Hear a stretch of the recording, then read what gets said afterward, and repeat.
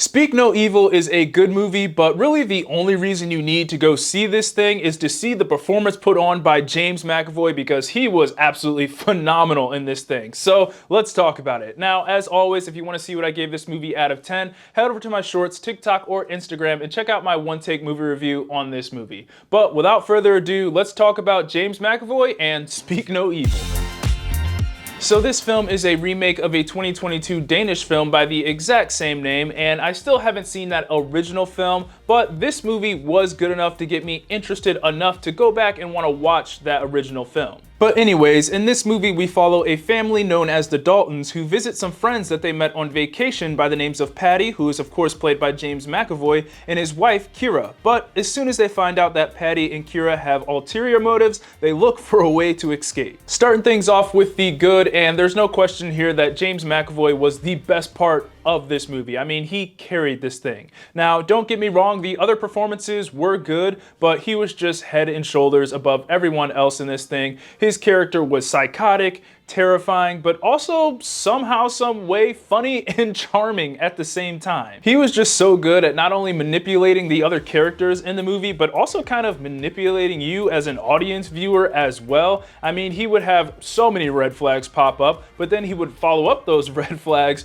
with a wholesome moment and a lot of charm, and then he would just kind of have you sit there thinking like, maybe he's not so bad, even though deep down you know 100% that this guy is psychotic and a guy that you should not be around at all. You could tell that his character, Patty, very much enjoyed messing around with the Daltons and making them feel super uncomfortable before he revealed his true intentions. And the cool part about this movie and his character in general is that they kind of made that a big point of his character, that he more likes the hunt and kind of messing around and playing with his food, so to speak, more than he likes the actual kill and trapping his victims. It's no question that James McAvoy has nailed playing the psychotic character, and I could watch him play these type of roles for ever and ever as long as time goes on, because he is just so captivating on screen when he is playing these type of characters. Next up for the good is that this movie did a really good job at building its suspense. Now, this is one of those films that it got increasingly more uncomfortable as this thing went on. Each time that James McAvoy and Aisling Franciose's characters, Patty and Kira, kind of broke those social norms and overstepped their boundaries with the Daltons, this thing just got more and more uncomfortable, and you could really feel that tension build between everyone in this movie until it finally kind of spilled over at the end of this thing. And that's really when the most suspenseful parts of this thing happens, is at the end of this movie.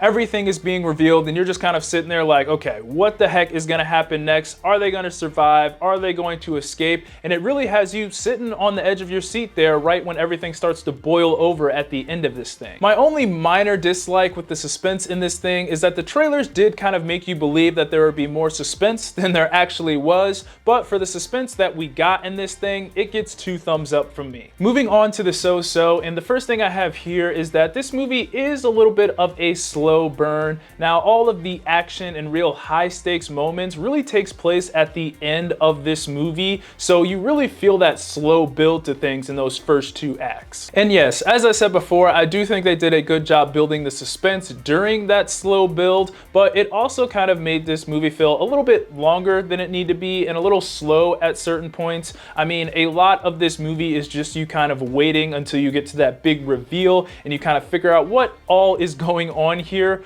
But until we got to that point, it kind of felt like they repeated a couple things in this movie, at least in my opinion. For instance, when James McAvoy and his wife in this film would do something to raise red flags to the Daltons and would make them feel uncomfortable, they would always kind of debate whether they should leave them or not, and then eventually James McAvoy and his wife would make it up to the Daltons and they'd eventually stay after what just happened, and they kind of repeated this sequence a couple times until we got to that big reveal in the end. But I will say, even though in my opinion it kind of felt repetitive right there in the middle of the movie, James McAvoy was more than enough to keep you entertained and engaged through those parts of the movie. Next up for the so-so is that this movie did kind of have a little MacGuffin device that kind of annoyed me throughout this film. It was with Agnes, who was was the young girl of the Daltons in this movie, and this stuffed bunny that she had. They introduced this stuffed bunny pretty early on in the movie, and it was one of those things where they lingered on a shot of it a little bit longer than they needed to, so I was kind of like, oh, that's probably gonna be pretty important later down the road, and surprise, surprise, it was. I mean, this bunny was literally the reason that the plot got set in motion, because it was the reason that James McAvoy's character, Patty,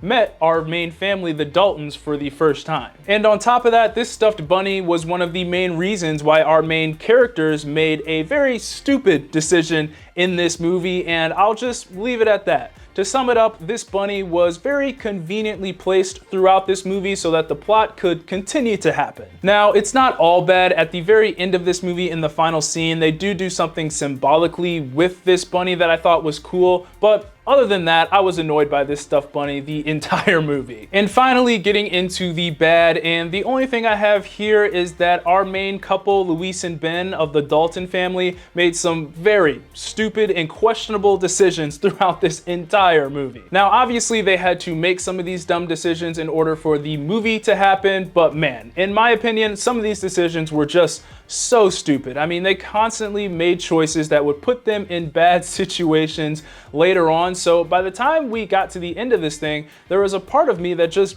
didn't feel bad for them, because I was like, man, you guys put yourself in this situation. And it was also kind of funny that the movie did kind of point this out, like, hey, this is your fault. You guys had plenty of chances not to be in these bad situations, but you continued to make the wrong, stupid choices to put yourselves in these bad situations. And I guess that's part of the messaging of this film, saying, hey, if you're in an uncomfortable situation, don't stay in that situation to please others and make them feel comfortable, which was what Ben and Luis were doing with Patty and Kira throughout this entire movie. Both Luis and especially Ben were very much being people pleasers towards Patty and Kira, despite their bad behavior and multiple red flags, and that's what kind of led them to make these stupid decisions, in my opinion, and put themselves in these bad situations by the end of the movie. But overall, I still enjoyed my time with this movie. It was a slow burn, suspenseful thriller that is carried by James McAvoy's performance, and he alone is enough for me to recommend this movie. Those are my thoughts on Speak No Evil. Be sure to let me know what you thought of the movie down in the comments, and as always, be sure to like, subscribe, comment, get your Eazy Apparel at shopeasyapparel.com. God bless, and I'll see you guys later. Peace.